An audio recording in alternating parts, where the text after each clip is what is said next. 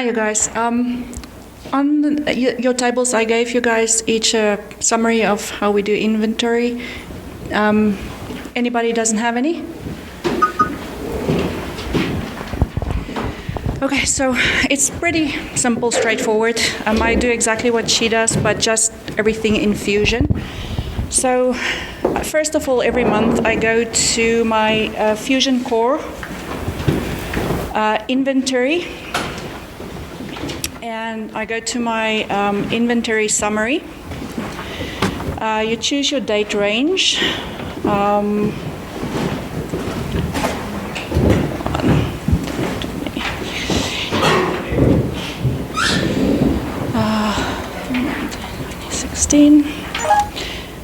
Oops.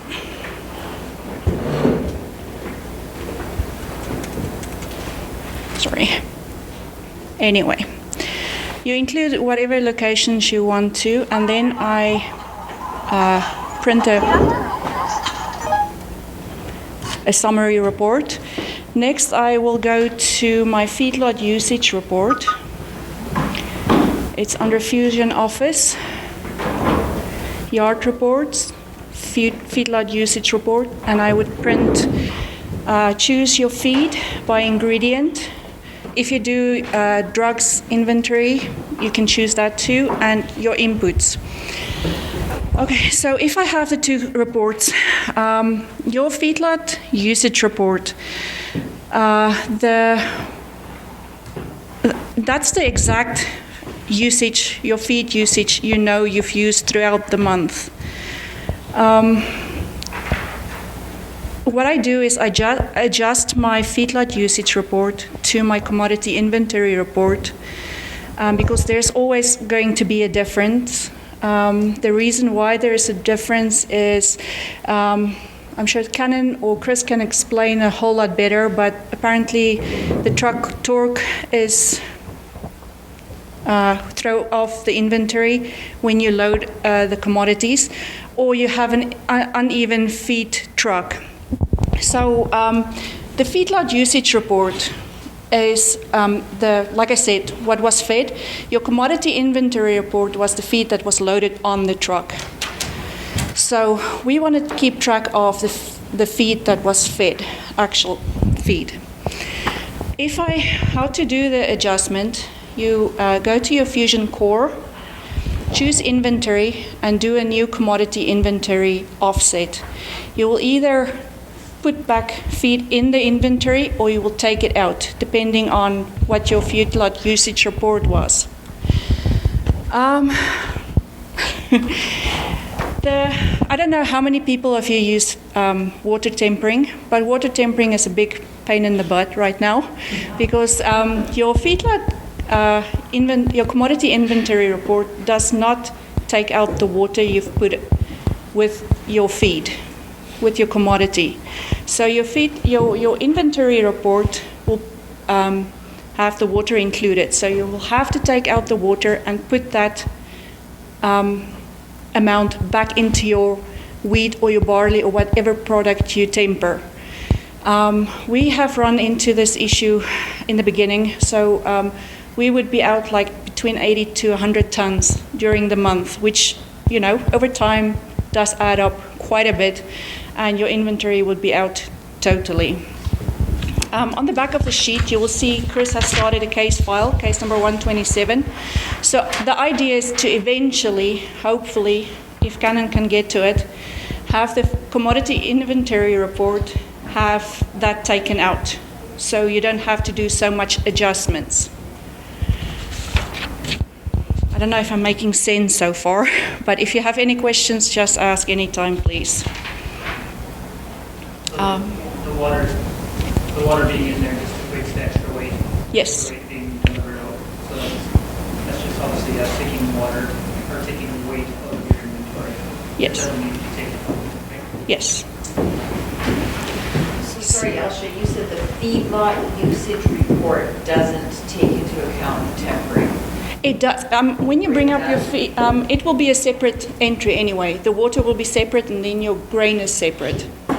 Do you print your Feedlot usage report? So you will see water tempering is so much gallons. Right. And we so, enter that manually weekly, correct? Yes. The water meter reading? yes, yes. So the feedlot usage takes it into account, but not the commodity?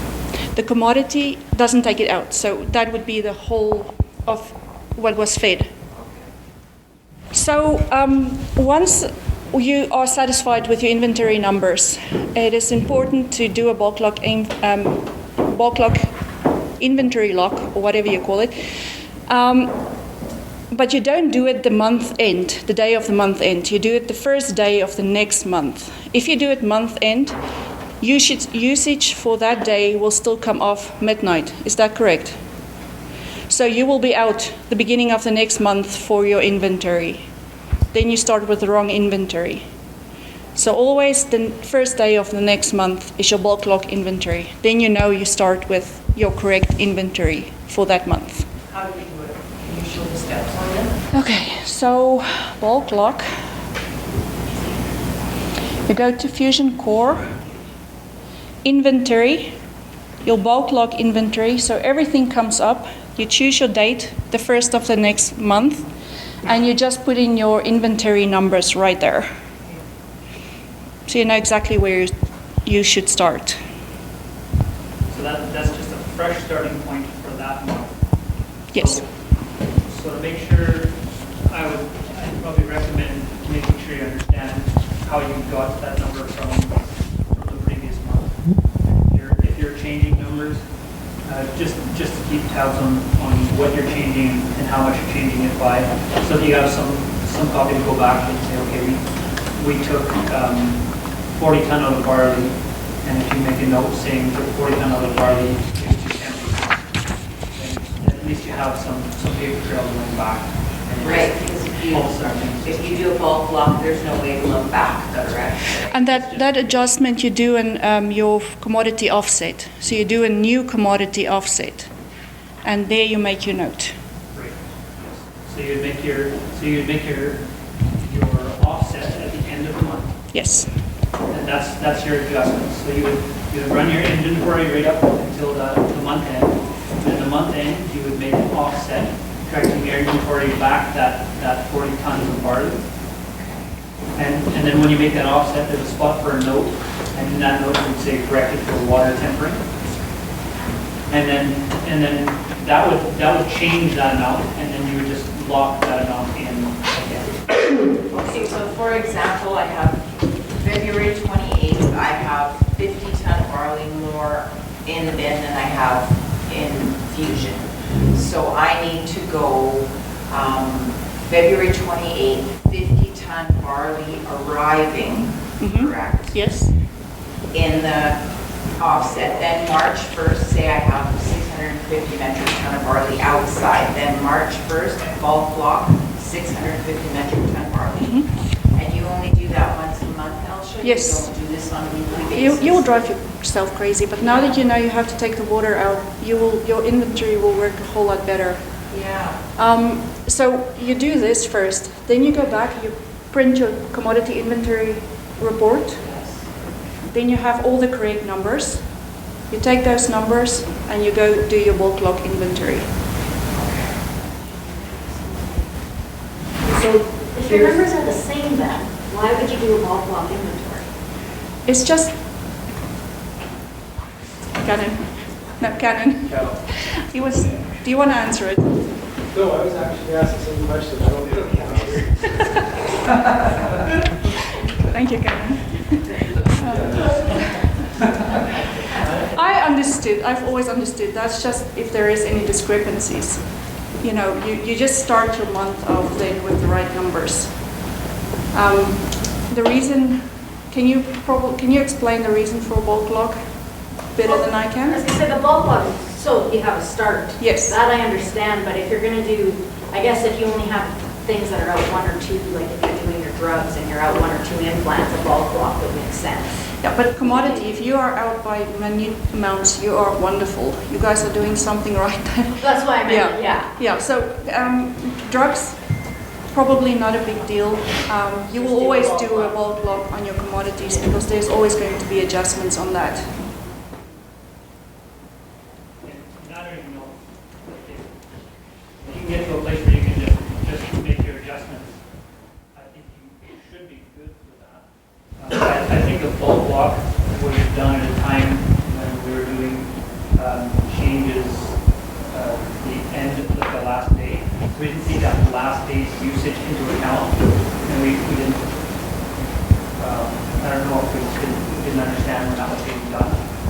know if that's, is there a need to do that? If we're adjusting to So, what it is on the first? yeah, so the purpose of being able to lock the inventory at any point, whether it's your starting inventory or somewhere else, you're basically a way to be able to tell Fusion, visually or however, this is an actual measurement. We know that this is actually the way it is right now. If you didn't actually visually measure it, there may not be a need to do a lock. But you're correct. If you go back and you do your offsets, you find out you're 50 tons off, so you do an offset, and that offset puts it Fusion back at the right place for that day. You don't need to lock it in. That's an extra step, basically telling Fusion, even if someone goes back and edits something from before that date, I don't want that to carry through because I know for sure this is an exact time. And if you're worried about people editing stuff before and maybe a change coming through and changing inventory, then you would want to lock it. If you don't know what's going to go back and change it, that number is going to be the same whether you lock it or not. So it kind of depends on how you're using Fusion. Yeah, the only reason I put it up there is because Canon told me once people need to do bulk lock. Honestly, I do it once a year. I don't do it every month. As soon as I do my offset, I'm happy. Very few people go do what I, change the inventory. I probably miscommunicated to you, sure. Like always. Yeah. Clearly is one of those things where everybody needs to understand so when you do an adjustment, when is that set? And then when is that usage counted against the inventory, right? Like that's, as soon as we know those triggers, so that usage is, if that usage is calculated as of midnight, then we know there's no use putting that adjustment within that day range, right? So if we know that, then yeah, that should solve a lot of our problems. So just one quick example. If you're entering your scale tickets in late, if let's say you figure out your inventory on February 28th, and you had 3 scale tickets that got hidden underneath the keyboard you didn't see until later, and they were from February, say, 15th. If you did your offset and come up with the number you needed and didn't lock it, then when you went back in and added those scale tickets, of course that's one some commodity coming in, and when it changes on the 15th, those numbers are going to float all the way through to the current date, and so then it would change your March 1st at midnight number. If you locked it, then it wouldn't. And you've got, that's one or the other is incorrect, but so it depends on what you're more interested in. But if you block that, then you know that number is there. I wouldn't lock either unless I knew, like, once a year you take a visual inventory or whatever and lock it in so you know no matter what happens, it doesn't change.